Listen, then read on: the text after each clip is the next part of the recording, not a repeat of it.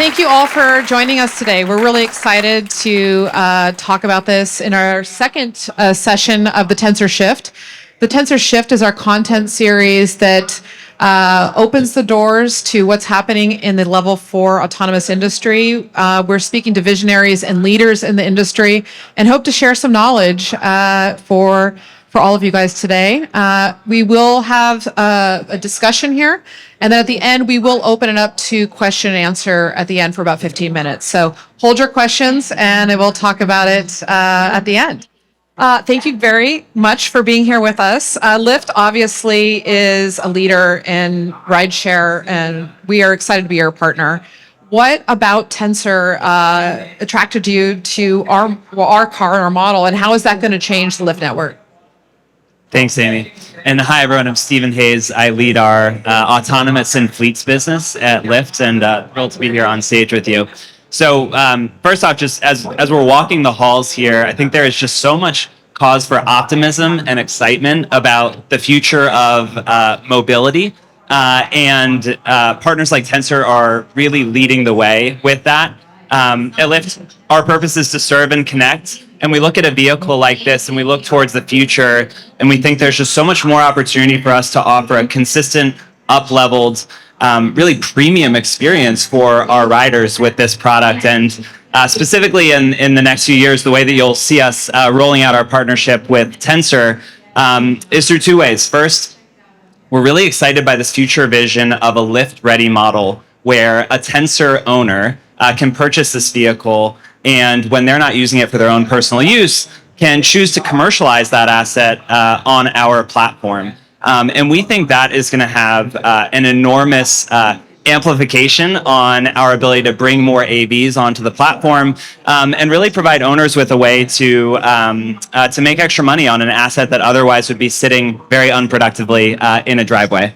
And then secondly, we've announced our plans to acquire an initial fleet of hundreds of Tensors that we'll manage ourselves across a set of key markets in the United States and Europe. So yeah, excited to be here and get into it with you. Thank you so much. And Hugo, obviously there's a lot of RoboTaxis out there. There's a bunch of different models. Why Tensor as a purpose-built personal autonomous car? Why is that important for our partnership with Lyft? Yeah, thank you, Amy. So everyone, pleasure to be here. Hugo Fozzati, the Chief Business Officer at Tensor. Amy, that's a great question. Ladies and gentlemen, what you see here is the world's first level 4 vehicle designed from the ground up for personal ownership, but also for fleet owners. And why this is important? Well, as you can see, we've taken a very, very sensor-rich approach. So that's every single angle, every single design decision has been made to maximize the AI. And when you maximize the AI, you're maximizing the safety, you're maximizing utilization of the vehicle. This is very, very important. So this vehicle has over 100 sensors on it. In addition, all of these sensors can be self-cleaning. So we have proprietary technology that self-cleans them. Again, for fleet owners, this is very, very key. You want to minimize the downtime, even for personal owners as well. It's very, very key. Little things like self-opening and self-closing doors to get you in and out of the vehicle easily. I think there's been a couple of ride-hailing companies where some of the customers leave the door open, and then the company needs to go and send somebody to close the door, and there goes all the money that company just made for that ride to go pay a person to go close the door. So self-closing doors.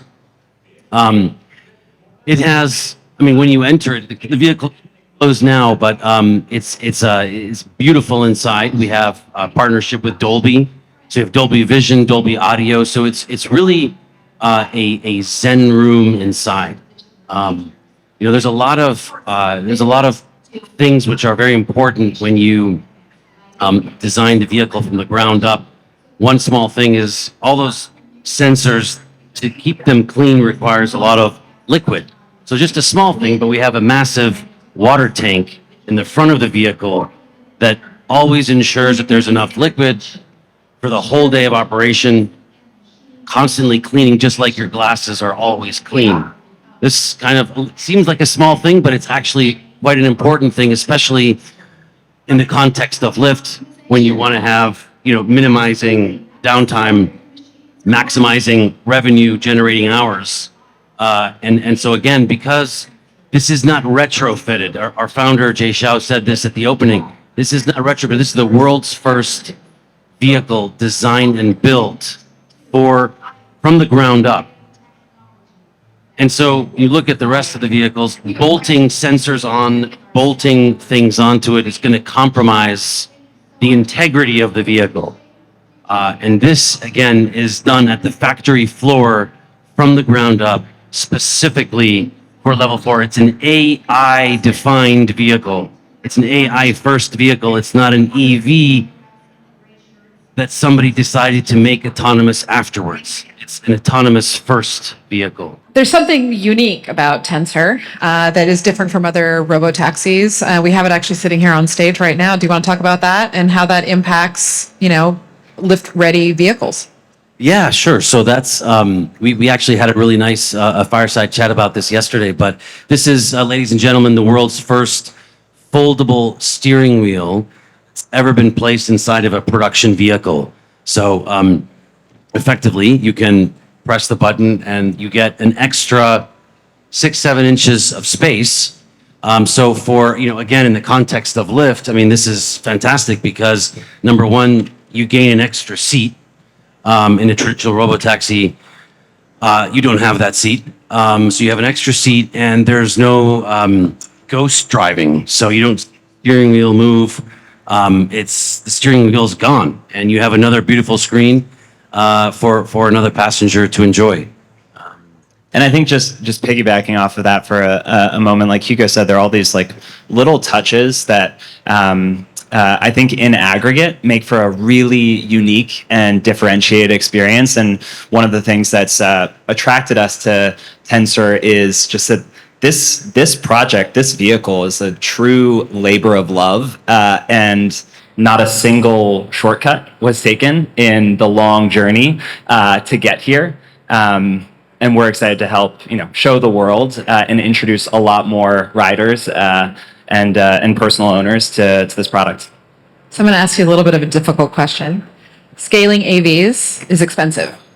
So what are the financials that makes this work for Lyft? Yeah, it's a very important question as we move from, call it the science experiment phase of the autonomous transition to commercial scale rollouts. And like I mentioned in the beginning, there are two paths that we'll take to build a business around the Tensor vehicle and our autonomous partnerships more broadly. The first is today, most of the autonomous vehicles that you see on the road are fleet owned. They're professionally managed and maintained centrally, run out of a depot, and we'll do that with this partnership. And that is all about what kind of utilization can you drive on that asset. Every single mile bears expense, so how can you offset that with revenue?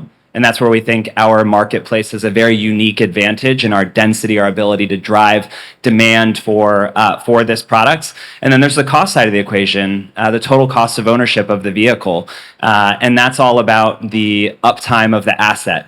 Out of a 24-hour day, how many hours can this vehicle be on the road giving rides? And that's where all of the double and triple redundancies that have been built into this product become really important for helping us make sure that vehicle can be on the road productive, either directly for us via a managed fleet or through this Lyft-ready model where a Tensor owner can choose to put that vehicle on the road with us too.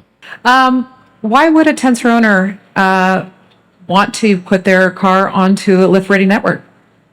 Yeah, it's a good question. I think, in the past, effectively, vehicles are parked and depreciating for a lot of the time, probably 90% of the time, very low utilization. And, I think as we enter this agentic world, we didn't talk about the agentic side, but this is effectively an agentic vehicle. It's the largest agentic device that you can actually own. And the idea here is that this vehicle is working for you. It's helping you. It's your agent.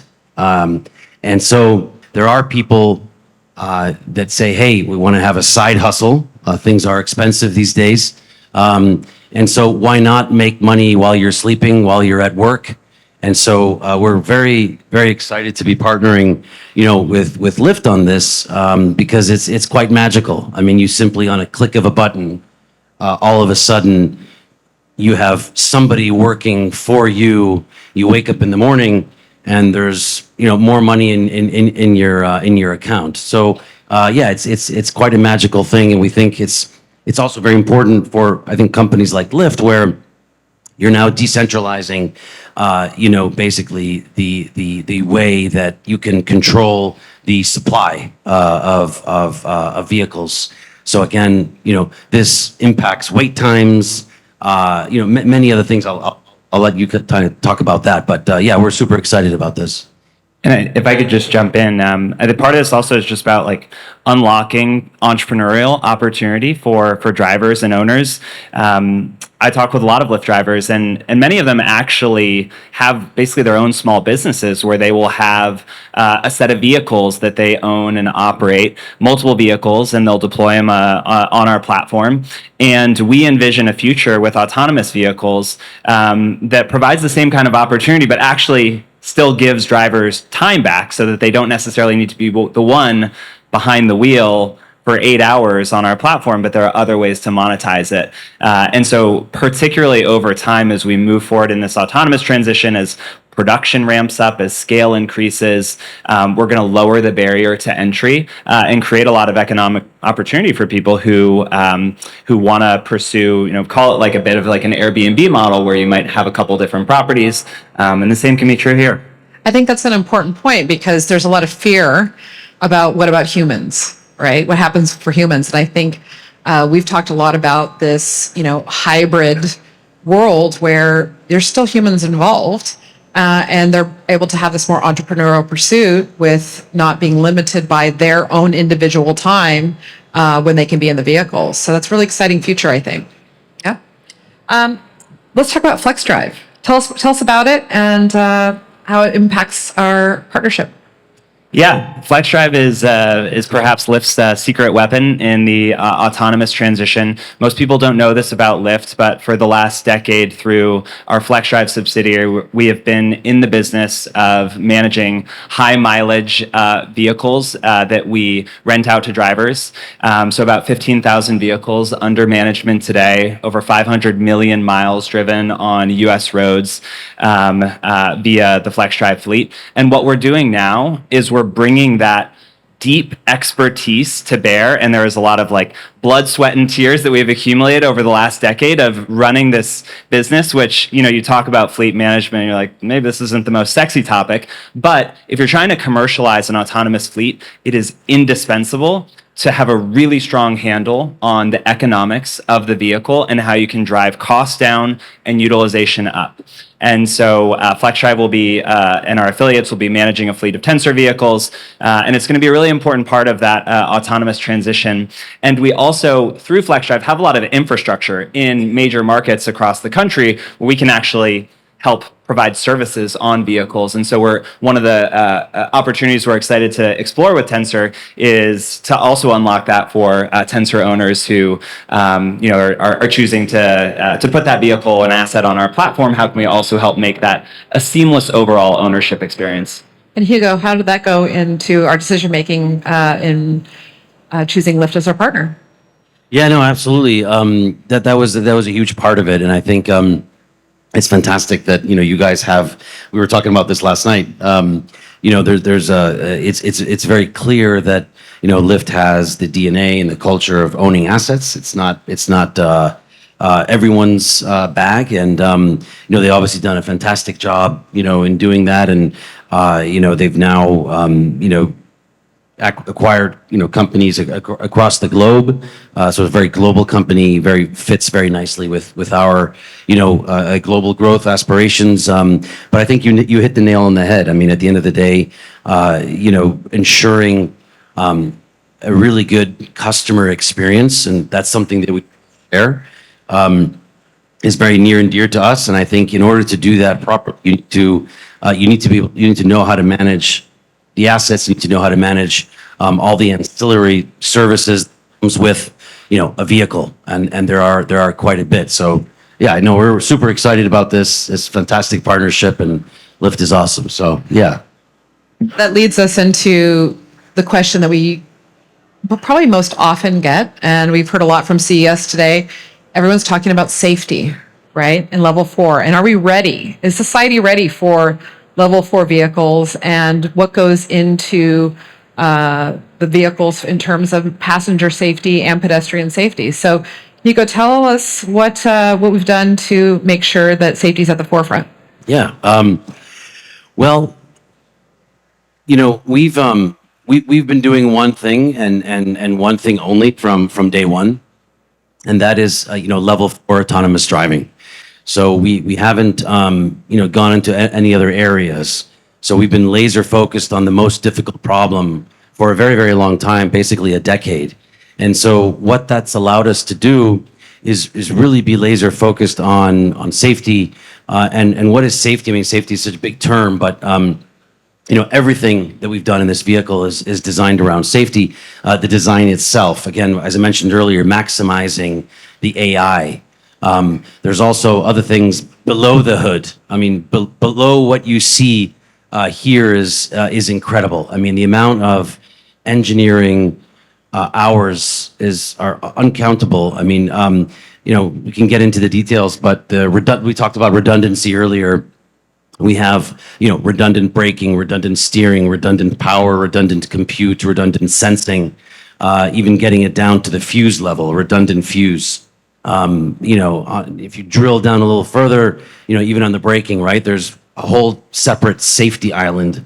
So if there is some issue, kicks onto a secondary system within the braking system. That has an issue. It goes onto a tertiary system, and that all of these happen on separate systems, separate chips, so completely isolated. Even on the it gets down to the steering I mentioned earlier. I mean, it goes on and on. So really, this part is fundamental. We think to scalability. One thing is doing a demo somewhere, putting some cars on the road, what have you. But we've always been a very, very long-term, thinking company. We knew from the beginning that level 4 was possible. We had the conviction to make it happen, and that's why we stayed true. We stayed true, and we didn't veer off to any other low-hanging fruit, level 2, whatever. We said, hey, we're focused on level 4. Now we can do all the different modes, all the different levels. But we tackled the most important one first. So yeah, redundancy, every single contour, every single angle to maximize all of the sensors, is all contributes to the safety. And that really speaks to why a purpose-built level 4 car becomes important, because of all of the sensor safety that has to happen. We actually, from a safety perspective as well, we had Autolave here yesterday. And one of the questions we often get now with this brand new technology that we've co-developed with them with a foldable steering wheel is, what about airbags? You want to talk about that a little bit? Yeah, I mean, just before, one thing I wanted to also touch on, very important, having the power. So there is a big shift in the industry happening from horsepower, brain power. We happen to be the first to basically be pushing this, but this vehicle here has 8,000 trillion operations per second as power with NVIDIA's latest Tor chip offering. So without all of this, with all this technology, you do need the power for that. And again, this is something we've been at the forefront of, so contributes to safety to everything else. So what I wanted to talk about is that one of the questions we often get is when you have a screen and then you have a steering wheel, and I think it's probably understated how much engineering went in to ensure that we have that flexibility in a dual mode car to make sure that you're safe in no matter what mode you are. I mean, obviously right now, if the airbag is in the steering wheel, it can't pop out with the screen in front of it. So you want to talk about how many airbags and all the technology we put there? Yeah, I mean, of course, with the airbag not there, there's a lot of other safety elements around that. And Autoliv is the leader, in safety, long time. And so a lot of work has been done, to make sure that everything is safe. So yeah, we're super excited about all the work that's going into that. And yeah, no, this is one thing is important, is that this is not a concept. This is as we said earlier, going into production this year, and ready for commercialization. So. Yeah, and I just want to piggyback on that and say, like, Tensor did the hard thing first of building this purpose-built vehicle, and you look at all the tier one suppliers who have contributed to the innovation of this vehicle, and it's like your side of the NASCAR car with all of the most prominent logos, and so I think that's really important because the standards for safety in AVs are going to be incredibly high. It's not good enough for a vehicle, an autonomous driver, to perform at the same level of quality of a human driver. But at the same time, I think we all should acknowledge the sobering reality that 40,000 Americans die every year in car accidents, and that's it's part of the reason why we at Lyft are so motivated to help accelerate this autonomous transition, because we think we can make roads safer and save lives in the process. Yeah, I think it's often now, because people are starting to see autonomous vehicles on the road, that the media reports on every little hiccup of an autonomous vehicle. And actually, if we reported on every little incident with a human, it'd be far more. But the microscope is on us, and I think the responsibility is for a level 4 autos like ours, like Tensor, to be transparent and really talk about how we are ensuring safety for both passengers and owners and pedestrians. And actually, you'll see on the front of Tensor, there's our LED screens, our little car emojis. We have them lit up with Lyft right now, so you can see who's on stage. But normally, when the car is in operation, those little LEDs are communicating with pedestrians. So it's not just about the safety of people in the vehicle. It's also about the safety of pedestrians and other people on the road, pets, cats. We want to save everything. But yeah, so we're kind of wrapping up now. We're here at CES. We're seeing a lot of futuristic things. I can honestly say I think level 4 autonomy and autonomous vehicles are probably a headline at this show. I'll start with you, Stephen. What do you think what does 2030 look like? I think in 2030 for Lyft, we are connecting and serving more riders than ever before, and autonomous vehicles are going to constitute a really important part of our marketplace, and partners like Tensor are going to help us deliver a reliable, a safe, and a premium experience for our riders as we're helping them get from point A to point B. Hugo, what does 2030 look like for us? Yeah, no, that's a great question. I think by 2030, tensors are going to be everywhere, all around the globe, and I think for us sitting here at in CES, I think people are going to be able to retreat into their autonomous vehicles. Here we're all kind of looking for a conference room, or we're looking for some peace around here. It's all pretty loud and busy, but you'll be able to just pull out your phone and then basically step into your living room, your office, your Zen room, whatever you want it to be, and kind of go check out Vegas, or have whatever you want to do, in the comfort of your own vehicle, or in a beautiful Lyft, enabled vehicle as well. Yeah, I think actually we had a conversation earlier today with a gentleman who came to our booth, and they do parking lots. And one of the first comments he says, well, this is amazing because with autonomous vehicles, we can have smaller parking spaces, and we don't have to have as much real estate used up because the doors don't have to open when a Tensor parks. And so I think there's lots of things and lots of factors, if you look toward 2030, that we're just scratching the surface. How do L4 cars communicate with city lights or parking meters? How do they pay for themselves? All this infrastructure that we're just starting to talk about. But I think the most exciting thing for me is that we are scratching the surface about how people use an L4 vehicle in their daily life, especially one like Tensor, which is an AI agentic vehicle. How does it become that best partner? And in terms of being able to have your vehicle be much more than a point A to point B, it's a revenue generating machine. Yeah. It is your sanctuary, as you mentioned. It's your entertainment place, and probably more things that we're not even thinking about right now. Similar to when the iPhone launched, and we didn't even know what an app was. And now the opportunity that potentially, Tensor has its own LLM. How do you build agents for that LLM to assist in your daily tasks and daily needs? And I think we're just scratching the surface. Any thoughts on that? Yeah, no, I was just going to say, I think in the US, the average American spends about an hour, a day commuting. This is typically, dead time that you don't get back. And, it's very important, right? What would you place? How much would you pay to get, this hour back, right? And over a lifetime, that's many, many hours. From a country perspective, that's, productivity, that's GDP. That's why we have a lot of, a lot of interest in this technology these days, because it's a new way of living. It's a game changer. So yeah, no, we're super excited about this, the potential for the technology. So. Well, thank you so much, both Hugo and Stephen. This has been a wonderful conversation. Hopefully, you guys have enjoyed hearing about what the future looks like with Lyft-enabled tensors. We're very excited about it.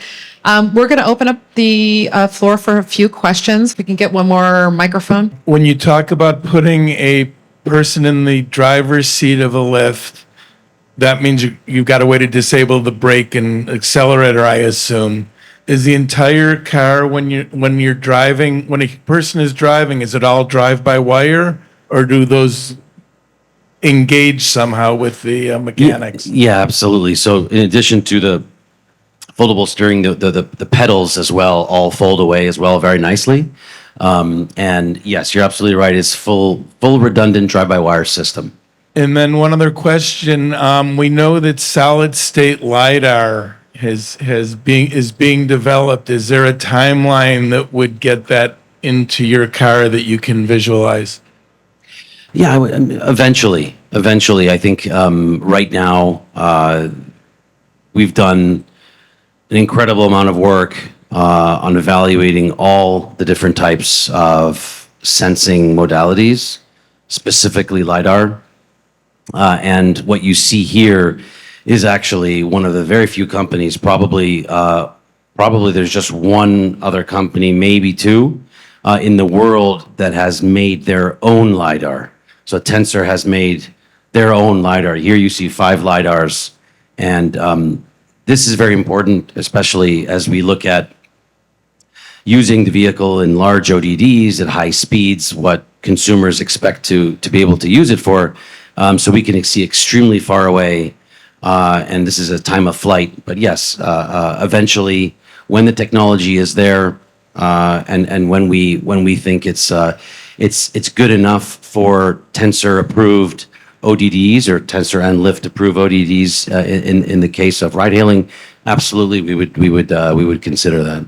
Thank you. And I know everybody wants to know the MSRP, if that's something you could share. Well, for Lyft, we're going to be, we will give, we're open to having some nice discussions on price, of course. Someone write that down.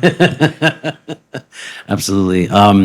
Look, it's honestly, we're in the premium segment from the consumer side of things. I could go on and on for hours about all the technology that's in there, but it's really, if you really think about, this is not just an EV, that you're going to say, okay, well, why should I just pay so much money for an EV? That's not what we're at all about. What this really is, this is an agentic, fully autonomous, vehicle that is not only working for you, but again, it is, this is one where we take responsibility in level 4 mode. So this is not, a level 2 system disguised as a fully autonomous level 4 system. This is true level 4 autonomy. So there's a very big difference when it comes to the price and value with other vehicles that may be more level 2, level 2 plus, however they want to call it. But this is real full autonomy. If you want to be one of the first people to know the price and pre-orders, jump on our website at Tensor Auto and sign up for our priority list, and you'll be the first to know when we release that information. Alrighty. Stay tuned. Yeah. Yes. Your name and your company? Okay, good afternoon. I'm Thomas Abraham. I'm the sports ambassador of the United States blind soccer team. And my question to you is, how is this car going to empower individuals who are physically blind and over the 8 million visually impaired individuals in the United States? How is this car going to help identify to the consumer, the blind individual on the street, that this car is coming down the road? And what mechanisms have you put into this car to allow a blind person to be able to access this vehicle and deal with that population? Yeah, no, that's a great question. So we mentioned earlier that this is, truly an agentic vehicle. So for someone who's blind, literally can talk to the car. So I can here. There's the world's first production vehicle that has microphones that can pick up the sound. So you can tell it things instead of having to mess around with the UI or the UX. Also on the inside as well. You can just talk to the vehicle as you would talk to if you had a human in there. So it's really designed to be extremely easy, for these use cases as well. The other thing, when you have we spend a lot of time studying what the impacts are of level 4 autonomy in cities. And we actually attended a hearing in San Francisco. This was several years ago. And they were looking at expanding the ODDs for some other companies. And a lot of folks with disabilities actually came up and expressed similar questions and concerns. And what they had communicated to the folks in San Francisco was actually human drivers were rejecting the rides when they saw that the passengers were blind or had a disability, which is terrible. And so that really stuck in our mind. This vehicle is not going to do that, right? This doesn't discriminate against anyone with disabilities. One more question. It's really simple. Yeah. The sound factor of this car coming down the street. How does a blind individual, knowing that this is an electric car coming down the street, to give them an opportunity to know not to cross the street based on a vehicle coming across? I think you also have to remember too, unlike a human driver, with all the 100 sensors we have, LiDAR and radar, this car is going to know that person is there. You just said you have more than 100 sensors, correct? Correct. And could you have maybe introduced for the sensors and how you clean it? You just yes. said you clean with water, and how, maybe you have a showcase? That's a great question. Yeah, we have an incredible proprietary cleaning technology for all the sensors, but this little square here, this actually pops out and cleans the sensors. Even here, there's air and liquid being sprayed to maintain every single sensor, camera, LiDAR, radar. This is fundamental. And then also below here is massive liquid tank. As a normal vehicle, whatever, some of the ones you see around here is the liquid, it will be finished in a couple of hours. But if you live in a place where there's a lot of bugs or there's a lot of debris, then it's very important to clean it. So we have little wipers on some as well. On the other side, you'll see some little wipers. I can show you afterwards. You can see yourself. But in addition to air and liquid. And the LiDAR, so you mentioned 5 LiDAR, right? Yes. Is this all on the top? Yes, you have the large one on the top, Okay. very far. Okay. And then you have 4 other blind spot LiDARs or smaller LiDARs. Some traditional LiDARs actually don't work when you get too close. So this is very important. We have 0 blind spot around the car. So if you want to see kids or cats or dogs or whatever, babies, then this can identify everything. So, yeah. Yes? All righty. Any other questions before we wrap up? All righty. Well, I want to thank you so much for your attention and time. I want to thank Stephen and Hugo. Let's give a round of applause. And just to wrap up, I think, we're excited why we call this series The Shift is because we do believe there's a fundamental shift happening in not just automotive, but in mobility in general. I think there's obviously possibilities for people with disabilities that could open up independence. So there's lots of things that I think down the road, level 4 will open up for our owners and for society in general. And well, thank you for your time. And if you want to actually see this content, we're going to be editing it and sticking it on our YouTube channel in the next couple days. So you'll be able to rewatch it or share it with your friends. And thank you very much for your time. Thank you. Thanks.